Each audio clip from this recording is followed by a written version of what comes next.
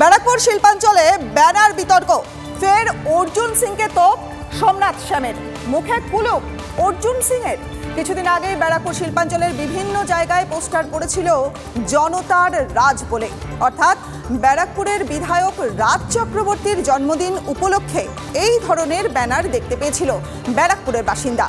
এবার পাল্টা পোস্টার অর্জুন সিংয়ের অনুগামীদের, যে পোস্টারে লেখা আছে টাইগার ইজ ব্যাক। বাঘ শহরাঞ্চলে থাকে না, যদি দেখাও যায় বন্দি করে জঙ্গলে ছেড়ে দেওয়া উচিত। নাম না করে অর্জুন সিংকে নিশানা সোমনাথ শ্যামের। টাইগার তো বনে জঙ্গলে থাকে কিংবা খাঁচার মধ্যে থাকে, টাইগার শহর অঞ্চলে থাকে না। যদি দেখা যায় কোথাও, তাহলে বন দপ্তরকে খবর দিয়ে হয় খাঁচায় পাঠিয়ে দিতে হবে চিড়িয়াখানায়, আর না হলে বনে পাঠিয়ে দিতে হবে। আর মানুষ জন্তু জানোয়ার নয়, মানুষ মানুষই। বিভিন্ন ধরনের এইসব জন্তু জানোয়ারের ব্যাখ্যা এবং ব্যানার লাগায় তারা নিজেরাই অমানুষ। তাদের আগে মানুষ হতে হবে, মানুষ হলেই তারা মানুষের ব্যানার লাগাতে পারবে, আর নাহলে তারা অমানুষ থাকলে অমানুষেরই ব্যানার লাগাবে। বাঘের জায়গা হচ্ছে গুজরাট, মধ্যপ্রদেশ, উত্তরাখণ্ড, যেখানে অনেক গভীর জঙ্গল আছে। এই কাগজের বাঘ হোক আর মাটির বাঘ হোক, এগুলোকে নিয়ে যেতে হবে ওইসব রাজ্যে। ফের প্রকাশ্য মঞ্চ থেকে সুভাষ সরকারকে ঝাঁটা ও গোবর জল দিয়ে বিদায় করার নিদান। বিতর্কে ছাতনা পঞ্চায়েত সমিতির সভাপতি। বিভিন্ন সভামঞ্চ থেকে নানা নিদান দিয়ে বিতর্কে জড়িয়েছিলেন বঙ্কিম মিশ্র। লোকসভা ভোটের মুখে সরাসরি বাঁকুড়ার সাংসদ তথা কেন্দ্রীয় শিক্ষা প্রতিমন্ত্রী সুভাষ সরকার তার আক্রমণের শিকার। পথশ্রী প্রকল্পের উদ্বোধনে গিয়ে বঙ্কিম বলেন, ছলনা করে ভোট নিয়ে গিয়ে গত 5 বছরে সুভাষ সরকার কি করেছেন? এবারে তাকে বাড়িতে ঢুকতে দেবেন না, বাড়ির মহিলারা ঝাঁটা নিয়ে দাঁড়িয়ে থাকবেন।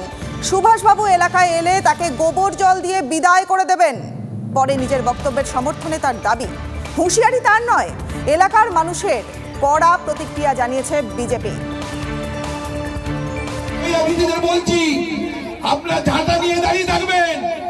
যদি এখানে ওই সুভাষবাবু আসে, আপনারা গোবর জল দিয়ে ওনাকে বিদায় করবেন। দেখুন, 2019-এর লোকসভা ভোট এবং 2021-এর বিধানসভা ভোটে এই ছাতনা বিধানসভা এলাকার মানুষজন ভারতীয় জনতা পার্টিকে দুহাত উজাড় করে আশীর্বাদ করেছেন। আমাদের মাননীয় সাংসদ একেবারেই বাঁকুড়ার প্রত্যেক জায়গায় জায়গায় মানুষের সঙ্গে রয়েছেন। আর আমরা দেখেছি উনি বিভিন্ন কার্যক্রমে যখন যাচ্ছেন, তখন এলাকার মানুষজন ওনার সঙ্গে এসে সবাই যোগদান করছেন, যুক্ত হচ্ছেন। তৃণমূল নেতার এহেন মন্তব্য এই কারণ এখন তৃণমূলের নেতারা কটূক্তি করে নিজেদের রাজনৈতিক ওজন তৃণমূল দলে বাড়াতে চাইছেন। অশোকনগরে তৃণমূল নেতা খুনে বিক্ষোভের মুখে এলাকার বিধায়ক নারায়ণ গোস্বামী। রবিবার রাতে এক সমর্থকের বাড়িতে বিশ্রাম নেওয়ার সময় জমি ব্যবসায়ী গৌতম দাস সহ বেশ কয়েকজনের সঙ্গে বচসা বাঁধে গোমা পঞ্চায়েতের উপপ্রধান বিজন দাসের। আমাদের প্রতিনিধি দীপঙ্কর রয়েছে আমাদের সঙ্গে, এ বিষয়ে বিস্তারিত জানবো দীপঙ্করের কাছ থেকে।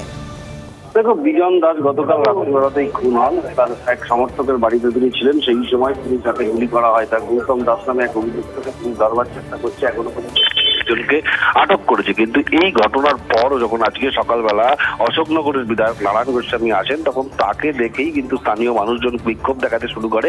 এই বিক্ষোভের মূল বিষয় হচ্ছে গৌতম দাসকে গ্রেপ্তার করতে হবে, এমনটাই নারায়ণ গোস্বামী বলছেন। কিন্তু স্থানীয় মানুষের মধ্যে ক্ষোভ রয়েছে। বিজন দাস যে ভালো মানুষ হিসাবে পরিচিতি রয়েছে এলাকাতে, অনেক মানুষের কাজ করেছেন, দলমত নির্বিশেষে তিনি কাজ করেছেন, এমন বক্তব্য রয়েছে সাধারণ মানুষের। এবং সেই কারণেই কিন্তু তারা ক্ষোভে ভুগছেন। এবং পরিবারের তরফে প্রথমে যখন নারায়ণ গোস্বামী আছেন, তার পরিবারের সঙ্গে দেখা করতে যাওয়ার সুযোগ পাননি। পরবর্তীতে দলীয় কর্মী সমর্থকদের নিয়ে একটি বিল্ডিং এর 3 তলায় বসে তারা বৈঠক করেন এবং পরবর্তীতে বেরিয়ে একদম চলে যাচ্ছিলেন, তখন তারা আবার পরিবারের সঙ্গে এক ঝলক দেখা করার সুযোগ পান।